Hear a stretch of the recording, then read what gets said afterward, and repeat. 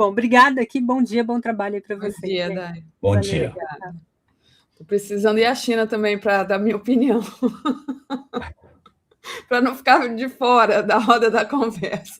Tô brincando. Eu tenho muita vontade de ir à China e tenho muita curiosidade. E a Daiane fez um relato muito, muito extenso aqui da experiência dela. Eu acho que ainda vai vir mais coisas aí para a gente aqui da TV. Genuíno, queria começar aqui com uma notícia boa, né? Saiu uma pesquisa, a Alfa Inteligência, hoje, agora de manhã, Lula tem 43% contra 29% de Flávio Bolsonaro e vence todos no segundo turno, segundo essa pesquisa. Eu estou evitando de compartilhar qualquer coisa aqui para a gente não travar, mas olha só, no primeiro turno ele tem 43%, Flávio Bolsonaro 29%, Ronaldo Caiado 7%, Romeu Zema 6% e Renan Santos 3%. E no segundo turno, o Lula contra o Flávio, 48% para 41% do Flávio, Lula 45% contra 40% do Caiado, Lula 46% contra 37% do Zema e Lula 46% contra 32% do Renan Santos. Mais uma vez, uma pesquisa que confirma que Lula pode vencer as eleições, né? Como é que você avalia aí esses números? Enfim. É uma avaliação positiva, Daphne. Agora, essas avaliações positivas, a gente tem que observá-las com o pé no chão. A campanha vai começar agora, a convenção que vai aprovar o Lula é dia 2, aqui em São Paulo, vou estar presente. E a campanha que vai começar agora, ela vai ser uma campanha dura, ela vai ser uma campanha diferente das outras campanhas, porque tem um elemento que o próprio Lula colocou ontem, de maneira muito sincera. Nestas eleições haverá interferência, ele não denunciou, haverá interferência do imperialismo americano, do governo americano e do Departamento de Estado. Interferências essas que aconteceram em outros momentos, na Lava Jato, aconteceu no golpe de 64, aconteceu na repressão política, na época da ditadura.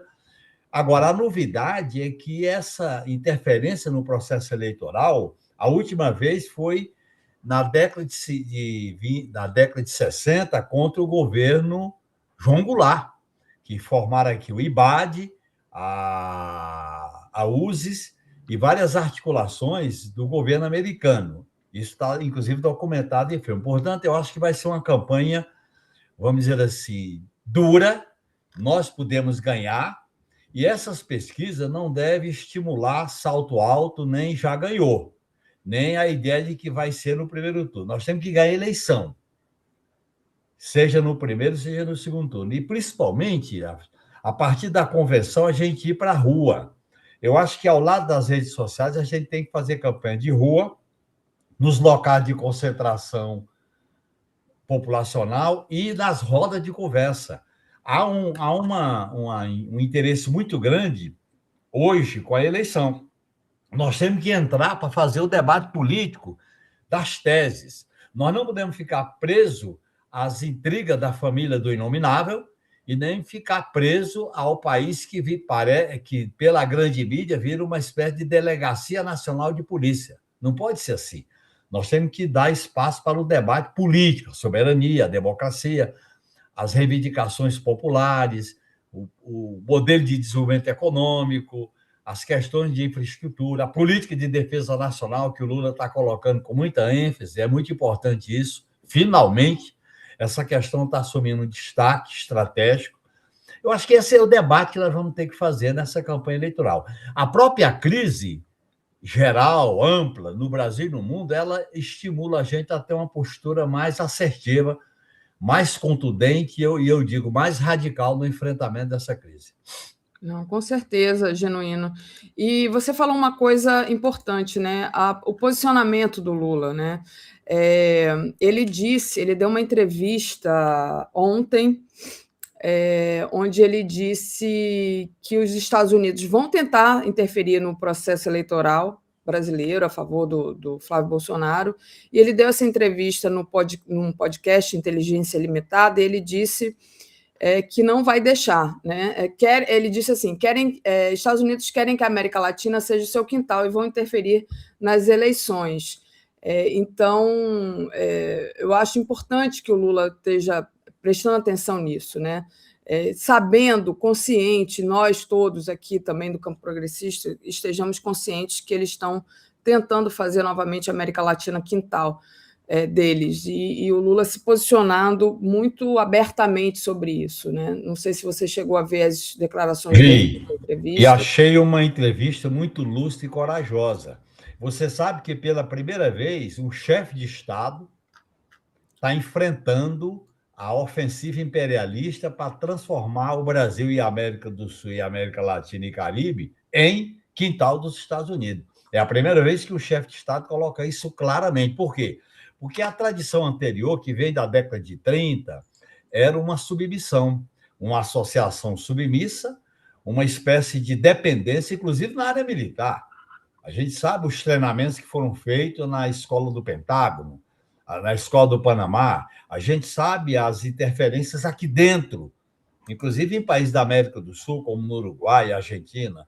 E a gente sabe também as várias tentativas de querer que o Brasil compre equipamentos militares americanos.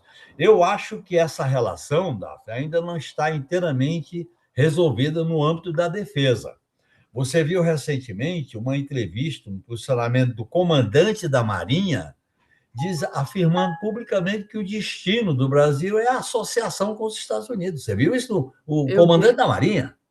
Então, as Forças Armadas foram treinadas, foram equipadas com essa visão submissa, que os Estados Unidos controla o mundo e eles ficam sob a guarda-chuva dos Estados Unidos. Então, eu acho que é um dado positivo. E, além da diplomacia e da política econômica, nós temos que desenvolver uma política de defesa nacional, na área cibernética, na área nuclear, com o enriquecimento do urânio, na área espacial, que eu acho que é fundamental a gente desenvolver esses elementos, porque o Brasil tem que ter uma política dissuasória. Nós não vamos atacar nem ampliar para nenhum lado, nós vamos nos defender e causar prejuízo se houver ameaças concretas à soberania nacional. Eu acho que essa concepção de soberania nacional, que vai além da defesa, vai à soberania alimentar, energética, a soberania ambiental, a soberania na parceria com os países que o Brasil faz fronteira, que são 12 países da América do Sul, que as ações conjuntas são muito importantes. Eu acho que o Lula está colocando como chefe de Estado uma questão que nunca foi colocada com essa contundência e com essa disposição de virar a página da submissão vira-lata do Brasil em relação aos Estados Unidos. Agora, você tocou num assunto aí muito importante, que é a questão da defesa, né? Das Forças Armadas, essas Forças Armadas brasileiras que têm, digamos assim, essa submissão aos Estados Unidos. O Lula, durante a entrevista ao podcast, disse assim: olha, depois do Trump, estou obcecado pela defesa. Então, ele está ligado nisso também, ele está ligado nessa questão da defesa. E aí, Genuína, eu te pergunto, você que esteve tão próximo ao Lula nos governos passados, né? Enfim, se preocupa e fala da questão da defesa, e teve uma experiência aí durante a ditadura militar que eu acho que marcou a sua vida.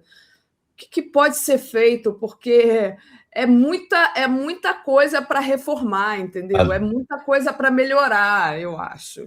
Olha, Daphne, me preocupa muito essa questão. Eu trabalhei com esse tema na Câmara dos Deputados e trabalhei quando fui assessor do ministro Jobim Celso Amorim na defesa. E nos contatos que eu tive durante muito tempo com chefes militares. O Brasil tem muitas vulnerabilidades. O Brasil tem vulnerabilidade na área espacial, o Brasil tem vulnerabilidade na área da fronteira seca, o Brasil tem vulnerabilidade na questão da transição energética, particularmente o papel da energia nuclear, o enriquecimento do urânio. O Brasil tem vulnerabilidade na maneira de subordinar as Forças Armadas ao poder civil. Porque as Forças Armadas, tradicionalmente, sempre foram um poder meio paralelo e autônomo. Elas têm que ser subordinadas ao poder civil. Eu tenho trabalhado com o Manuel Domingos para que o Brasil tenha uma política de defesa nacional. E nós temos que ter uma visão ampla de defesa nacional. Defesa nacional começa com o bem-estar do povo, começa com acesso à tecnologia sensível, começa com a parceria com os países vizinhos, começa com algumas áreas sensíveis, como a questão cibernética, a questão espacial e a questão do submarino, com propulsão nuclear. Eu acho que o Brasil estava caminhando, Daphne, até o Lula 2, até o início da Dilma 1, nós estávamos caminhando para, a duras penas, com muitas ambiguidades, ter uma estratégia nacional de defesa e uma política nacional de defesa. O golpe de 2016 recuou. O Conselho de Defesa Sul-Americano foi extinto, o Centro de Alto Estudo Pandiaca Loja foi fechado, né? Raul Jugman, ministro da Defesa, a segurança pública passou a ser o objetivo central e as Forças Armadas foram politizadas através do comandante do Exército, Vilas Boas, para fazer tutela sobre o Supremo Tribunal Federal e condenar o Lula. Eles levantaram a bandeira da guerra interna, guerra cultural, contra o politicamente correto, etc. Portanto, nós recuamos, houve um grande retrocesso, nós temos que retomar esse processo. E eu acho que o caminho... Primeiro, o Lula tem que estar com essa disposição. Nós sempre colocamos isso para ele, inclusive quando ele assumiu em 2022 o tema da defesa nacional e da segurança pública, separar os dois temas. Defesa nacional não tem nada a ver com segurança pública, nem segurança pública não tem nada a ver com defesa nacional. E agora nós temos que criar uma doutrina de defesa nacional, que não tem. As Forças Armadas, elas estão... A maneira de se organizar, as academias... tem que passar por uma mudança profunda. E eu acho que o caminho é a gente, logo após a eleição, e o Lula ganhando a eleição, que certamente vai ganhar, a gente promover uma espécie de reunião, conferência nacional sobre política de defesa, que a academia seja convocada, partidos sejam convocados e chefes militares, para fazer um debate amplo. Defesa nacional é uma política pública, não é uma política só de militares de maneira corporativa. Não é uma política para garantir privilégios. 80%, 83% se gasta com manutenção da máquina, né? Com salário, aposentadoria. Isso tem que mudar.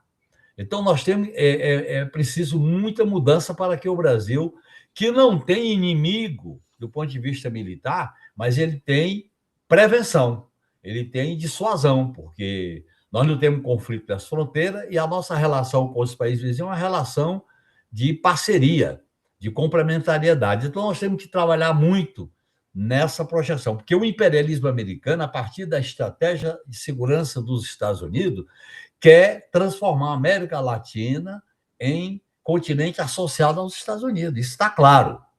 Marco Rubio, Trump e o Departamento de Estado estão trabalhando nessa direção. Então, nós temos que fazer um movimento político, diplomático no mundo, com o Sul global, fazer relações e parcerias com certas articulações políticas, como a União Europeia, com a China, com a questão da alguns países da África e Índia, e nos preparar aqui.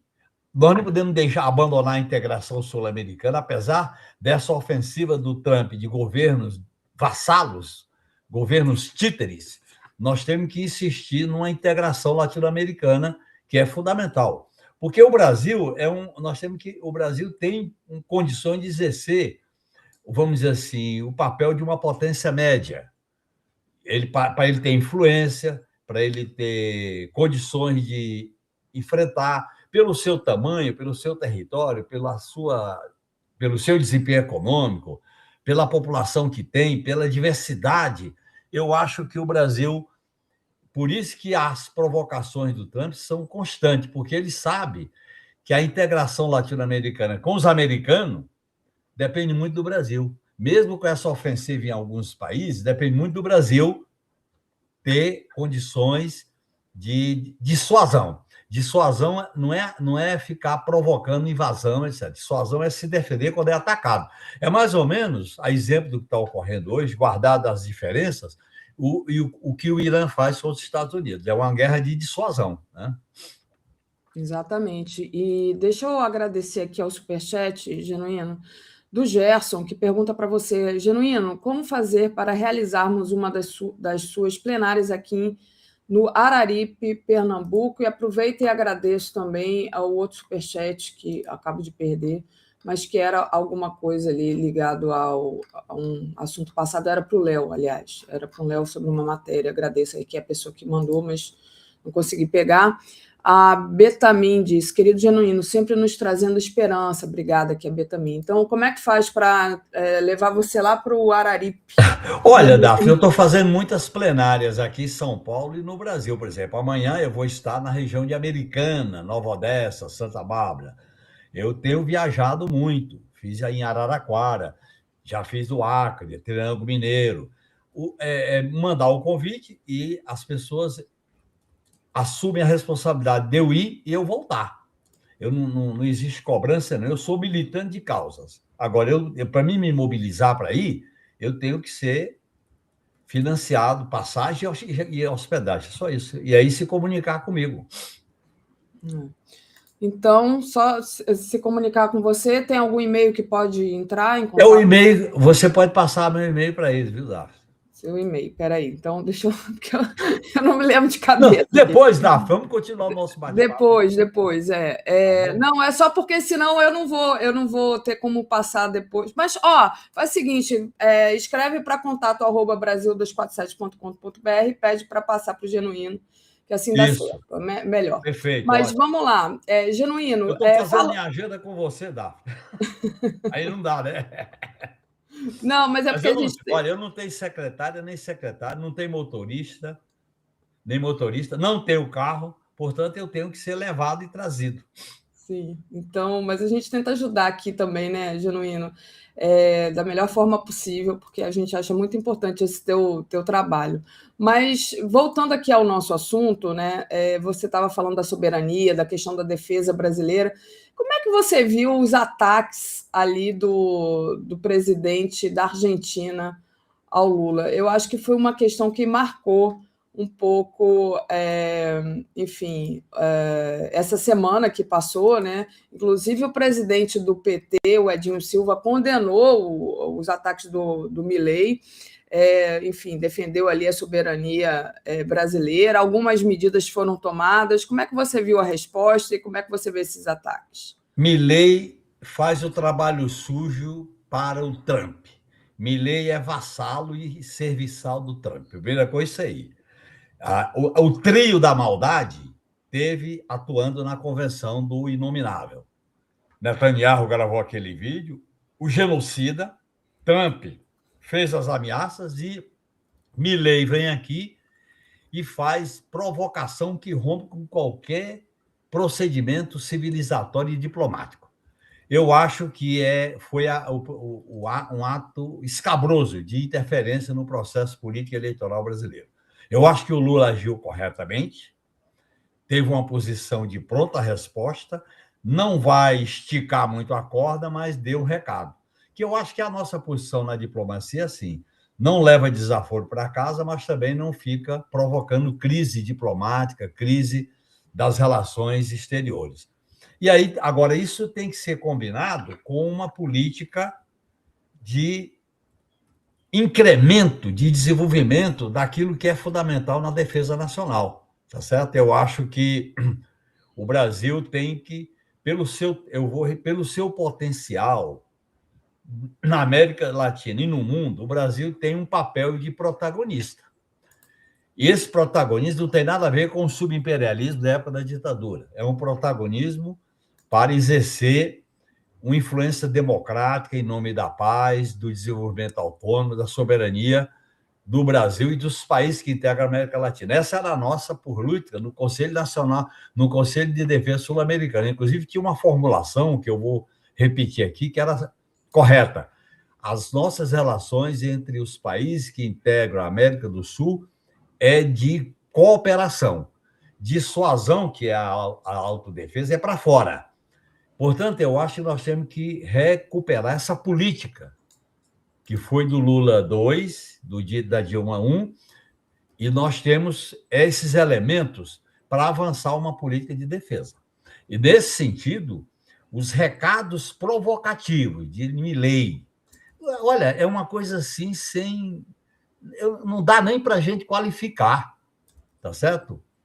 Porque é um negócio tão baixo nível que, aliás, a extrema-direita hoje no mundo, ela perdeu a virtude, ela perdeu a normalidade, ela perdeu a cerimônia, ela perdeu qualquer formalidade, ela é extravagante, ela é espetacular, ela quer destruir tudo, ela aposta no quanto pior. É a esculhambação ampla, geral e restrita.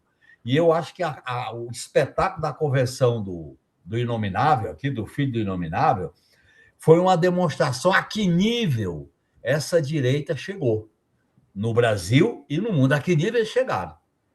Quer dizer, é uma esculhambação total dos procedimentos que, ao longo de séculos, não existia dessa maneira, nem nos períodos de guerra. Então, eu acho que essa crise que a gente está vivendo, tudo é espetáculo, tudo é ódio, tudo é mentira, tudo é uma narrativa que se inventa o que quer, eu acho que cria muita confusão. Por isso que eu acho que quando a gente discute essa relação com o imperialismo, nós temos que deixar bem clara a plataforma de soberania nacional, nós temos que deixar bem claro as nossas relações com os países vizinhos, que o Brasil tem fronteira, e desenvolver ações conjuntas, inclusive na área de segurança, na área de defesa do meio ambiente. Quer dizer, o Brasil não se ajusta a ser quintal de nenhuma potência. Não tem como, pelo seu tamanho, pelo seu papel, não tem como. E eu acho que o Lula está encarnando bem essa perspectiva da soberania nacional.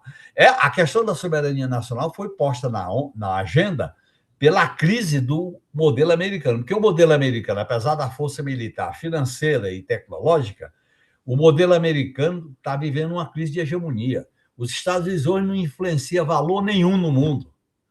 Quer dizer, aquela hegemonia americana dos anos 60, dos anos 50, até dos anos 70, acabou. O papel dos Estados Unidos é um papel nefasto, é um papel ridículo, é um papel que a relação cultural, a relação política tem que ser com oposição, com lideranças alternativas, como aqui a Flip de Paraty com a Angela Davis. É por aí, porque o establishment americano, com o Trump à frente, ele está podre, ele está doente, ele é autocrata, ele rompe com os padrões da democracia liberal, que era um discurso do ideal americano, do ideal de vida, etc. Então, eu acho que o Lula está correto e a gente tem que demarcar profundamente isso aí, muito concretamente. Não, e falando nisso, sobre os nossos vizinhos latino-americanos, né, e essa tentativa de dominação da América Latina como um todo, eu queria falar sobre a questão da Venezuela. Né? A Delcy Rodrigues deu uma entrevista à Time, disse que a Venezuela vive uma nova etapa e está prometendo ampliar a reconciliação nacional. E um dos principais pontos da entrevista foi a avaliação de que o maior erro do governo anterior, do Maduro, foi o isolamento diplomático do país. Aí eu te pergunto, Genuíno, como é que você acha que vai ficar? Maduro é carta fora do baralho? O que a Delcy também poderia fazer nesse cenário que foi posto para a América Latina? Se a gente pegar agora, por exemplo, o posicionamento firme do presidente Lula, né? A gente fica com muito medo, enfim. É uma situação muito delicada que a Venezuela vive. A derrota foi profunda, com o sequestro de Maduro e Silas. Os Estados Unidos querem criar uma espécie de protetorado na Venezuela por causa do petróleo, tá certo? E, na minha avaliação, a manutenção das forças chavistas, a manutenção de algumas instituições que vêm da era chavista é importante. Agora, eu acho que os venezuelanos saberão, através da DC, trabalhar nesse fio da navalha. Eles estão no fio da navalha. Não dá para romper com os Estados Unidos, tem que sair do isolamento, é correto. Agora, o problema da soberania da Venezuela está em jogo, porque a intervenção americana na Venezuela comprometeu a soberania. A Venezuela não é um Estado soberano. A Venezuela não é um país soberano hoje, porque houve uma interferência, houve um sequestro, houve uma invasão do território venezuelano, houve uma destituição de um presidente eleito. Portanto, eu acho que nesse momento, a gente tem que buscar alianças Primeiro, no sul global. Segundo, uma aliança com os países que integram a América do Sul, Caribe, América Central. Fazer alianças diplomáticas, alianças políticas, alianças comerciais, alianças culturais. Porque o isolamento nessa conjuntura facilitará o trabalho dos cidadãos. Veja o esforço que Cuba está fazendo para a solidariedade a Cuba. E está tendo êxito nesse movimento de solidariedade. Porque o imperialismo decadente, ele fica feroz, ele fica violento, ele fica... Quando eu falo decadente, não é que ele vai morrer, é a crise do modelo americano que está doente. Mas ele tem aparato militar, tem tecnologia e sistema financeiro. E tem petróleo. Então, nós temos que levar em conta esse enfrentamento. Hoje, eu acho que a questão prioritária no Brasil e no mundo, e na nossa América Latina, é a autonomia, a soberania nacional, a discussão de como se relacionar com a principal potência imperialista do Ocidente, que é representada pelos Estados Unidos. Eu acho que esse é o problema, que nós temos que cuidar, e não dá para cuidar disso eu sozinho. Tem que fazer alianças, mesmo com posições de direita aqui na América do Sul. O Brasil não pode se negar a dialogar, fazer alianças econômicas, geopolíticas, etc. Então, acho que a Venezuela está nessa encruzilhada. Agora, não, a Venezuela hoje não é um país soberano, o tipo de ação provocativa de sequestro, de ocupação do território pelo imperialismo americano. E ele tentou, e tenta, viu, Daphne, normalizar isso. É tanto que pouco se discute sobre o sequestro de Maduro. Maduro está preso nos Estados Unidos com a Sila. Como é que é? E que julgamento é esse? Que farsa é essa em torno do Maduro, da Sila e da Venezuela? Portanto, eu acho que o mundo vive uma quadra de imprevisibilidade, uma quadra de insegurança geral. Tudo é possível. Principalmente o mais dramático é o futuro da humanidade cair numa espécie de barbárie. Olha o que está acontecendo na crise migratória na Europa, agora na Espanha. Veja o que está acontecendo na crise ecológica, na crise climática na Europa. Veja o que está acontecendo, Daphne, com a FIFA. A crise entre a UEFA e a FIFA por causa da interferência da família do Trump. Essa turma não tem limite, porque eles têm um fundamentalismo religioso, que, aliás, um amigo meu está escrevendo uma tese brilhante, foi aprovado na UFRJ, o Matheus Mendes, que é poder, dinheiro e religião. Isso está associado numa nova estratégia de dominação do mundo. Então, eu acho que a Venezuela tem que buscar parcerias, tem que sair dessa situação. Não será fácil, porque a Venezuela está dominada pelo imperialismo americano. Exatamente isso. Genuíno, queria te agradecer demais, desejar ótimo dia para você aí e ótimos eventos que você vai participar. Eu estou participando de muitos eventos, eu vou para a Americana amanhã, depois eu vou estar na convenção do Lula no dia 2, aqui em São Paulo, e estamos participando de uma campanha. Eu gosto de campanha da corpo a corpo. Eu acho que a campanha tem a internet, mas tem a campanha corpo a corpo, onde você conversa, dialoga, esclarece. Eu estou gostando muito de fazer isso. Como eu estou fazendo isso sem nenhuma pretensão, eu estou livre para dialogar, para dizer o que eu penso, e está sendo muito interessante essa minha experiência. Um grande abraço e muito obrigado. Obrigada, Genuíno. Tchau, valeu.